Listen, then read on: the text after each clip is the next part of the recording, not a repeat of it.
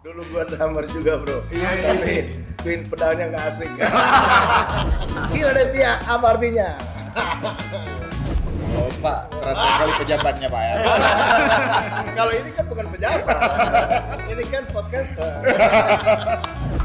Apalagi bawa metal di Aceh. Apa tantangannya? Nah itu kita viral di suatu momen itu dianggap negatif sama masyarakat di Aceh. Waktu itu ada suatu event segala macam kan. Tahun 2000-an, tahun 90-an, festival musik rock di Aceh ini cukup banyak Pak. Serahkan kepada ketua ahli, intinya inti. Muridnya Ari Pahlawi. Mungkin kok bagi orang-orang yang pernah merasakan penyakit asam lambung itu dia di saat dia ngebaca lirik hitam ini itu semuanya nyambung. YouTube Musik Itu Politik bersama orang hebat di samping saya Dede Yusuf, seorang pelaku kreatif, aktor dan yang lebih membuat saya kaget adalah dia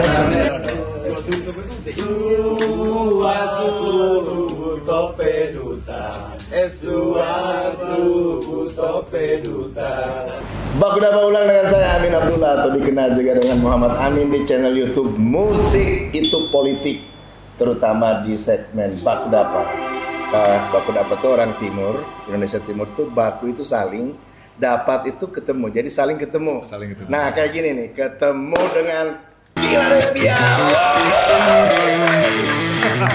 Dan ini di Aceh bos, ini di Aceh bro. Ini saya kenalin dulu satu-satu ya. Madon, vokalis, Reza, gitaris, Hairun, ini Pak, bass, Dian, synthesizer, sequencer, which is menurut saya sebuah ide yang bagus memasukkan synthesizer dan sequencer dalam musik metal. Nanti kita cerita. Farhan, gitaris, terus kemudian Sahrul, drummer. Wah, dulu gua drummer juga bro, tapi twin pedalnya nggak asik.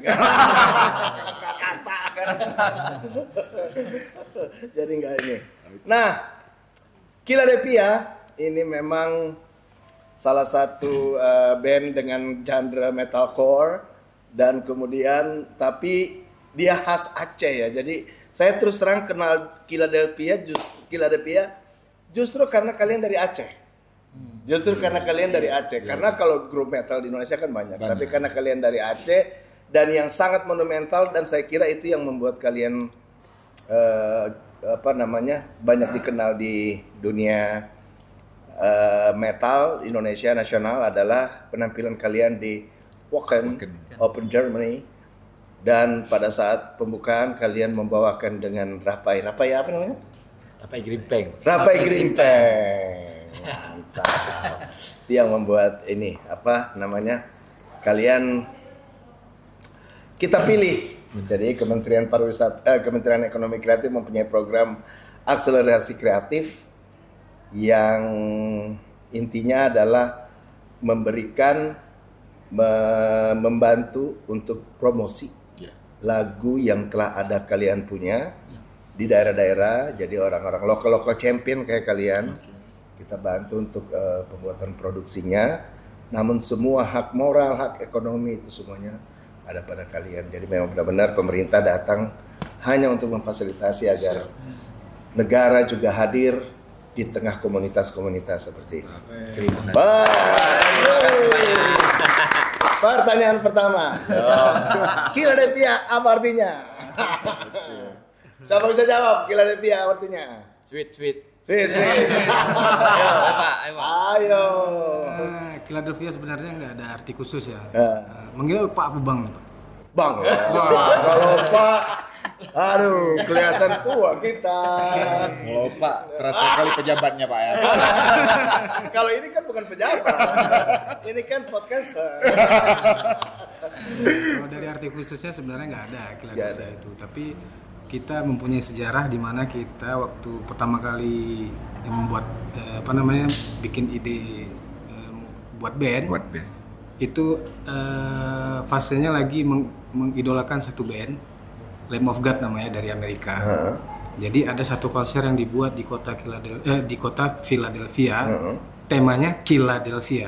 Oke, jadi singkat cerita kami plesetin lah nama Philadelphia menjadi Philadelphia. L-nya dihilangin aja. Paling awalnya itu aja sih, nggak ada sejarah yang di mana-mananya. Enggak gitu ya. Sederhana tapi kemudian enak didengar sih. Jadi salah satu yang membuat dalam dunia industri kreatif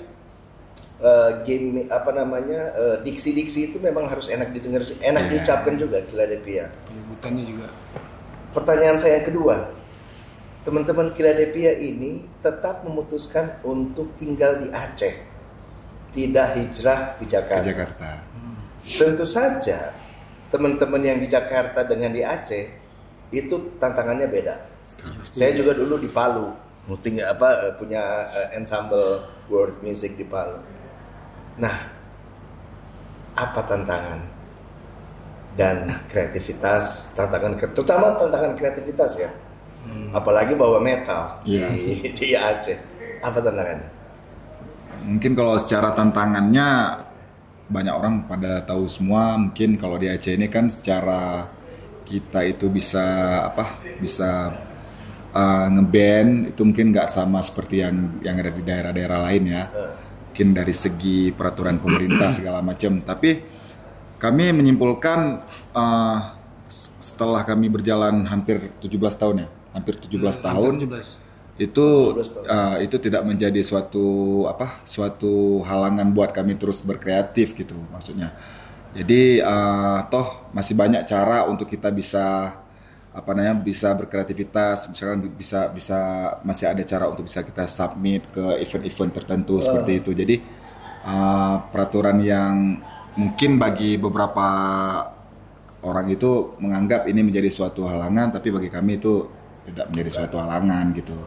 Ya selama kita punya karya yang bagus, selama kita ada peluang untuk bisa keluar dari zona istilahnya mentok kita harus mengikuti acara yang di Aceh aja, ya nggak jadi masalah bagi kami gitu. Kalau secara tantangannya gitu. Tapi memainkan musik metal untuk sebuah daerah yang dianggap serambi Mekah itu gimana ngeri-ngeri sedap nggak? Iya sih Pak, ngeri sedap, tapi ya sekarang kami merasakan nikmat yang luar biasa. Maksudnya dalam arti kata gini. Dalam arti kata kita sempat pernah itu kita viral karena suatu momen itu dianggap negatif sama masyarakat di Aceh. Waktu itu ada suatu event segala macam kan. Tapi setelah kita memenangkan, setelah kita menjadi perwakilan Indonesia di Wacken itu, sekarang mayoritas masyarakat Aceh itu sudah lebih open terhadap Philadelphia-nya. Maksudnya ya nggak terhadap Philadelphia-nya sih, maksudnya udah membantu secara keseluruhan. Setelah kita bisa menang di sana gitu.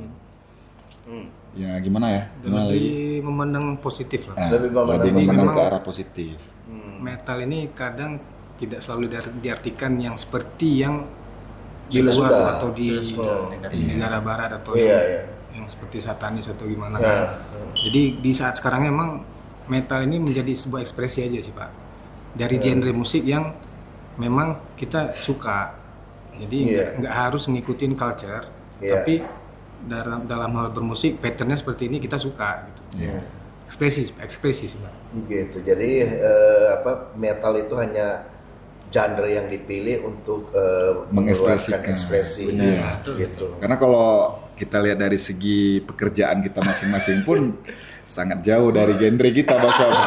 Ya, seperti si Dian, dia salah satu pegawai di pegawai BUMN yang ada di Indonesia, di timnya beliau juga gitu. Saya juga di Kejaksaan. Ini si Reja seorang guru juga gitu. Guru musik di mana? Di SMA Pak. Oke. Iya. Sebenarnya gini, saya tahun 2024 tahun lalu menghadiri Pekan Kebudayaan Aceh yang ke-8. Nah pada saat itu saya melihat Rapai Pase dimainkan. Begitu saya datang duluan sebelum gubernur datang. datang duluan mewakili Kementerian Ekonomi Kreatif. Hal yang pertama sangat menarik saya adalah Rapai Pase. Saya langsung datangi, saya langsung ngobrol dengan mereka dan saya dijelaskan bagaimana Rapai Pase itu dan suaranya begitu luar biasa. Begitu gubernur datang, kemudian Rapai Pase dibunyikan untuk menyambut gubernur. Tapi begitu keseniannya, tarian masalnya dimainkan dan nyanyi-nyanyi popnya dimainkan, diiringi dengan rock, dengan aransemen rock yang cukup tinggi. Menurut saya cukup terkejut karena ya itu tadi. Saya membayangkan Aceh itu seperti apa, ternyata ini bukan kebudayaan Aceh, tapi kemudian diiringi oleh musik rock yang begitu luar biasa gitu. Bisa dijelaskan nggak kenapa? Artinya kenapa musik rock atau metal bisa disukai dan bahkan muncul di Pekan Kebudayaan Aceh yang di puncak acaranya? Gimana ya? Sebenarnya kalau masyarakat Aceh khususnya yang dari Banda Aceh untuk musik rock itu ya bukan sesuatu yang tabu ya, karena dulu tahun 2000-an, tahun 90-an festival musik rock di Aceh ini cukup banyak, Pak. Oh gitu. Cukup banyak. Bahkan di tahun 2000 kami awal terbentuk itu 2008. Itu di awal-awal kami ngeband itu cukup banyak festival yang mana juaranya itu rata-rata ya dari genre rock gitu, walaupun festivalnya itu all genre gitu. Itulah, itu bisa menjadi salah satu bukti bahwasanya orang Aceh ini ya kebanyakannya suka musik rock gitu, Pak. Mungkin energinya kali ya. Energinya sama dengan energi pejuangnya. Orang Aceh yang kan pejuang-pejuang kayak macam Tuku Umar, Cunyadi semua ya. Energi powernya itu yang mungkin terwakili oleh musik rock. Ya, bisa jadi gitu, karena rock adalah sebuah kesenian baru kan, tapi kemudian energinya sama dengan energi pejuang ya. Nah, ini ada kolaborasi dengan Kementerian Ekonomi Kreatif dan kemudian ada recycle lagu hitam. Nanti tolong dijelaskan lagu hitam itu apa. Terus kemudian bagaimana pengalaman kolaborasi dengan Rapai Pase. Siapa yang ini? Kita serahkan kepada ketua ahli intinya inti. Muridnya Ari Pahlawi. Ari. Jadi lagu hitam ini di 2010 ya? 2009 digarap awalnya, Pak, oleh personil yang lama, Pak. Sekarang di yang aransemen terbaru ini sudah kita gabungkan riff terbaru kalau di gitarnya atau di musiknya. Recycle lah. Aransemen ulang. Tapi untuk Rapai Pase-nya pertama tuh survei, Pak, pasti. Nggak berani sembarangan.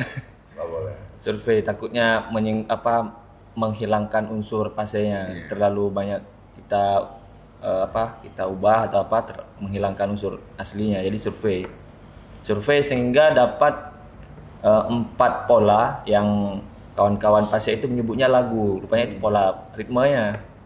Jadi kalau kita bilang lagu biasanya ada lirik, verse, ada chorus, ada bridge, coda, outro, intro. Ya, betul. Padahal maksudnya pola ritmenya. Jadi yang dipakai di lagu hitam itu pola 1, 2, 3 dan 5 itu aja. Karena itu kayaknya jumpa di 8/4-nya nanti, Pak, atau 4. 8/4. Iya, jumpa di sananya 2 kali pengulangannya. Jadi sangat sinkron dengan lagu hitam kebetulan. Terus temponya juga mendekati dari 155 ke 160, hanya digeser sedikit. Jadi dari survei itu ya, sharing ke teman-teman klub sehingga kita sepakat sama lagu hitam. Lagu hitam itu sendiri bercerita tentang apa? Lagu hitam ini sebenarnya gini, Pak. Dulu kita punya lirik yang berbeda dengan yang saya buat sekarang. Ya, mungkin kalau dulu secara bahasanya itu memang waktu itu masih baru-baru belajar ngeband sih kita, Pak. baru belajar bikin lagu. Ya. Ada proses lah ya. Awal festival itu lagu Lamb of God segala macam ya, Pak. Tapi ya sekarang udah saya coba rubah ke ke lirik terbaru gitu. Kalau singkatnya sih, kalau untuk lucu-lucuan gimana? Kalau plesetannya apa? Sekarang Assalamu kah? Kalau plesetannya Pak, mungkin kalau bagi orang-orang yang pernah merasakan penyakit asam lambung, Pak, itu dia di saat dia ngebaca lirik hitam ini, itu semuanya nyambung, Pak. Dirasakan setelah asam lambung ya? Nanti saya bagi Pak liriknya. Saya bagi kalau bagi orang-orang yang pada penyakit asam lambung itu, karena di situ ada menyebutkan mana liriknya? Amarah berlimpah. Amarah berlimpah. Terbakar dalam jiwa. Terbakar Seperti badai menggila. Menggila. Terus kemudian tertelan fana. Tertelan fana.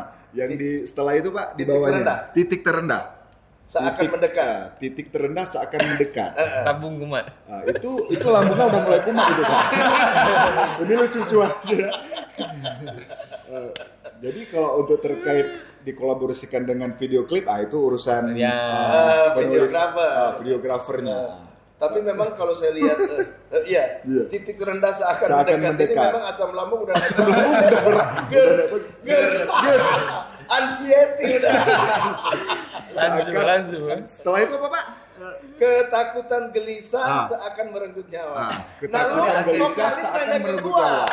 Coba lu vokalis nanya ke gua. Jadi ceritanya yang bikin syair nanya. Liriknya baru tercipta tadi saat malam dihubungin sama Kemenekraf.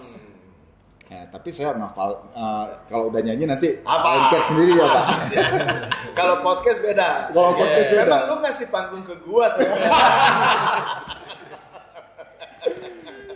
Ya gitulah Pak kurang lebih. Tapi kita mengharapnya teman-teman nanti setelah ngebaca liriknya arahnya itu jangan ke situ. Biar mereka menafsir dengan versi masing-masing gitu Pak. Iya. Saya kira ini, tapi sebenarnya apa sih yang ingin dikatakan dengan lagu hitam ini? Apakah kebenaran itu sesuatu yang perlu diperjuangkan? Atau apa kira-kira yang? Kalau untuk lirik terbaru lebih kepada yang pertama seperti Bapak katakan tadi, kebenaran itu harus kita perjuangkan, itu yang pertama. Yang kedua, jangan pernah menganggap diri kita itu sudah dalam keadaan putus asa, Pak. Gitu. Iya. Karena setiap kesempatan, sekecil apapun kesempatan itu tetap dinamakan kesempatan. Harus direbut. Ya, harus direbut. Kita akan menyesal di saat kesempatan itu tidak kita ambil. Penyesalan itu akan datang di akhir. Itu tetap, Pak. Itu pola kehidupan ya seperti itu, Pak, yang saya ceritakan dalam lirik hitam yang versi terbaru. Jadi ini sebenarnya general ya. Dia bercerita tentang general ya. Jadi tidak menjurus kepada satu persoalan, tapi pesan yang general. Pesannya. Nah, saya udah dengar secara sekilas perkawinan ini mungkin Reza yang jawab ya, atau siapapun yang teknis. Saya udah mendengar sekilas bagaimana perkawinan antara lagu hitam dengan Rapai Pase, jadi Kila Nepia dengan Rapai Pase. Saya tidak tahu. Ini pertanyaan saya adalah formula apa atau ide apa untuk mengawinkan keduanya sehingga menurut saya yang saya dengar itu bukan kawin paksa. Asing gak istilahnya kan? Bukan kawin paksa, tapi sebuah perkawinan yang menurut saya natural. Natural. Apa resepnya? Bawang putih, bawang merah harus bisa dijelaskan karena barangnya udah jadi. Kecuali belum jadi ya Pak ya. Apa ya? Buatnya pakai hati ya. Garam dikit ada garam. Merek apa ya? Pertama niat pasti Pak. Niat dan kesempatan itu pertama. Begitu jadi ada kesempatan dari Kemenekraf itu memberi stimulus. Semangat kali itu Pak. Stimulus dasar itu. Bang Rian, dengar. Batuku, dengar Pak. Terima kasih Pak. Itu stimulus. Jadi memang misalkan ibaratkan sungai di Aceh ini sungai keruh tapi di bawahnya itu lancar gitu Pak. Jadi begitu ada kesempatan sungainya bisa bersih, ya kita tunjukkan the real powernya Kiladepia full materi, full segala aspek kita cek dari lirik, ritme dengan rapai tidak bertabrakan, intens vokal bisa muncul, kemudian dari segi harmoni dinamiknya juga tetap. Jadi lebih fokus memang waktu digarap lagu Hitam ini, karena yang pertama sekali memang karena ada kesempatan itu. Jadi mudah-mudahan ini bisa bisa jadi awal dari perkenalan kita yang positif lah Pak ya. Itu bisa menginspirasi kementerian lain juga kali ya untuk membuat hal-hal yang serupa ya. Betul. Yang langsung di kantong-kantong komunitas. Betul. Gitu. Terus juga inti dari setiap garapan Kila itu saat kita dengerin rame-ramenya Pak. Jadi saling memberi masukan. Benar. Kila itu misalkan dibikin rumah itu bikin pondasinya. Terus nanti bawa ke teman-teman. Yang bangun dindingnya siapa, yang bangun atapnya lain lagi. Jadi ada kolektif juga. Kolektif, ada penggarapan kolektif. Ya, diberi kebebasan semua mau dirubah. Sehingga nanti dapat ini yang terbagus, sepakat semuanya. Baru kita bawa ke proses mixing mastering. Cuman ada yang uniknya itu Pak. Kan kalau produksi buat guide dasar itu kan di studio rumah di sana. Itu memang duduk dulu Pak, duduk berendung kopi, duduk. Nanti waktu udah dapat itu bikinnya nggak lama, paling sejaman. Yang duduknya ini yang lama Pak. Perenungannya yang lama. Dari inspirasi. Kadang jam. Terus kadang istri sama anak suruh pindah ke rumah ini sebentar. Kamar tua. Karena dapat idenya di jam 2, jam 3-an gitu Pak. Jadi minta tolong ada 2 malam terakhir tuh. Waktu udah kita sepakat ketok palu di Zoom terakhir Pak. Tolong pindah 2 malam ini. Mau garap serius mungkin dapat idenya di jam 3, jam 4. Jadi keluarga di rumah samping, kebetulan dekat Pak. Gitu. Saya semalam setelah melihat persiapan dan saya memang tidak mau ganggu karena sangat lagi benar-benar lagi puncak-puncaknya karena juga pemain Rapai Pase kan tidak terbatas waktunya ya. Tapi saya udah dengar sekilas dan saya lihat itu satu kata ya menurut saya powerful. Powerful dalam artian saya setuju Bang Hendra kemarin kita ngobrol di mobil. Powerful itu begini. Rapai Pase itu powerful, energinya itu luar biasa. Jadi kalau itu dia nendang sampai di sini. Nah Kiladepia sendiri juga powerful, sehingga ini powerful ketemu powerful nih. Nah itu yang saya kira yang ini pendapat saya terhadap ini. Nah ini mungkin kita tidak boleh lama-lama karena saya tahu teman-teman mau rekaman, mau studio. Tapi ini pertanyaan terakhir saya. Mungkin semuanya bisa jawab. Sebenarnya ada satu hal yang penting dari kolaborasi antara Kiladepia dan kesenian tradisi Aceh ya, dalam hal ini Rapai Pase, yaitu message, mengirimkan pesan kepada dunia nasional di luar Aceh, regional, Sumatera, nasional Indonesia, internasional. Bahwa Aceh tidak seperti bayangan orang selama ini bahwa kaku Islam ini, tetapi kemudian ada alternatif ekspresi lain yang menjadi pemaknaan baru terhadap budaya Aceh itu sendiri yang tentu kita ketahui sangat Islami. Apakah teman-teman juga memang melihat hal itu? Iya sih Pak. Kita memang kalau kita kan dari Putra Aceh nih Pak. Tentu kalau untuk pergi ke nasional, ke internasional itu tentu perlu effort lebih dari yang yang nasional Pak ya, yang ada di Jakarta misalnya atau di Jawa seperti itu. Nah kita mencoba collab dengan yang kesenian Aceh itu supaya bisa kelihatan bahwasanya Aceh itu dengan metal pun bisa collab Pak. Dengan artian dengan maksudnya yang minority genre juga bisa collab gitu. Tapi karena kami konsepnya dengan metal, tentu kami mencoba untuk bisa memperkenalkan lah misalnya Aceh itu tidak seperti itu. Dan syukur-syukur kita bisa bawa ke internasional kan Pak di Weekend Air gitu.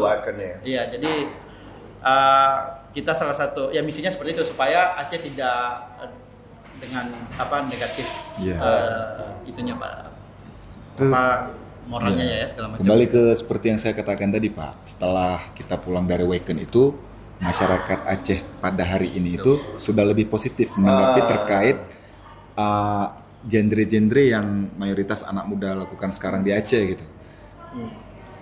Ya, karena memang saya lihat fenomena Kiladepia mirip dengan Voice of Aceh Protest yang di Garut ya.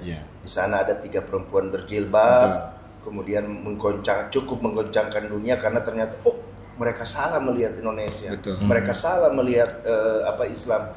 Bahkan saya pikir syair-syair kalian itu adalah syair-syair yang cerita tentang kebenaran, syair-syair yang menceritakan tentang perjuangan. Terus gimana? Sebenarnya kita perlu nanya nih masalah tapi nanti mungkin lain kali ya. Karena saya lihat guys, nanti tolong kita nantikan video klip dari Hitam Recycle dari Kiladepia. Nah, nanti di channel YouTube mana? Kiladepia Official. Jadi pemerintah dalam hal ini benar-benar hanya fasilitator, itu diserahkan semua kepada official Kiladepia, label diserahkan kepada Kiladepia, publisher diserahkan kepada Kiladepia, tapi Kiladepia tolong dilaporkan ke kami perkembangannya. Jadi misalnya gini, 3 bulan, 6 bulan, AdSense-nya udah segini. Bukan untuk pemerintah, bukan. Tetapi untuk meyakinkan kantor staf kepresidenan bahwa program ini memang benar-benar bagus dan insya Allah bisa dikeliling Indonesia. Amin. Oke, terakhir. Terima kasih. Dong, satu lagi. Kata terakhir dong, atau apa sesuatu yang sama-sama ngomong ke sana. Ayo apa? Kira-kira Kiladepia apa gitu. Sebelumnya kami mengucapkan terima kasih. Terima kasih. Terima kasih buat yang sebesar-besarnya buat Pak Presiden, Pak Presiden, Pak Menteri, Putra Aceh, Pak Menteri. Putra Aceh tuh. Teringatnya sekitar tahun 2017 itu, ini sedikit cerita ya Pak ya. Pak Menteri itu waktu itu masih sebagai anggota DPR RI. Iya. Waktu itu beliau pernah nge-DM langsung Kiladepia di saat kami ikut kontes. Serius Pak, nge-DM Kiladepia waktu itu kami ikut kontes Rocking Battle. Kami juara 3 nasional waktu itu. Jadi salah satu bentuk ucapan selamat itu dari Pak Menteri. Jadi saya ingat sekali, nanti saya scroll lagi kalau mudah-mudahan masih ada ya DM-nya ya. 2017-an. Jadi hari ini alhamdulillah kita berjodoh dengan Pak Menteri kita. Tapi jangan salah loh, yang pilih Kiladepia itu adalah saya loh. Iya betul Pak. Berarti apa istilahnya perantaranya melalui Bapak gitu ya Pak ya. Tapi ada beberapa saran dari Bung Ari, Ari Palawi. Saya tanya, Bung, ini saya lihat ini Perapai Pasir sangat powerful, dia langsung ke jantung. Tolong dicarikan grup rock atau metal yang bisa padan dengan ini. Nah, ada beberapa yang Bung Ari kasih dan salah satunya Kiladepia dan saya langsung search. Begitu saya lihat di Wacken, nah ini dia nih. Jadi ya terima kasih ya. Terima kasih banyak buat Pak Menteri dan seluruh staf. Pokoknya luar biasa. Bang Rian juga, Pak juga, Putra Aceh juga.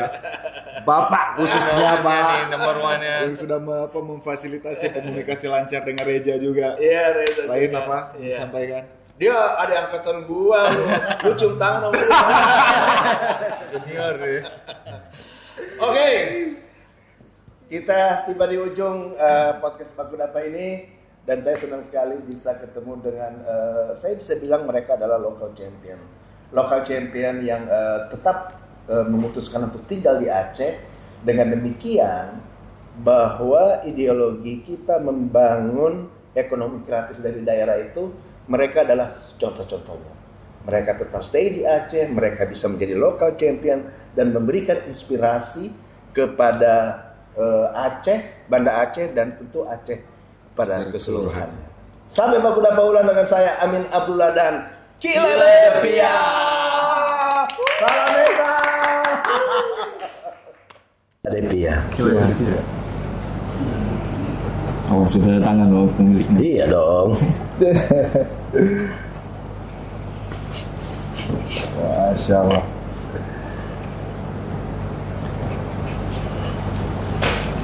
Siap. Terima kasih banyak Pak.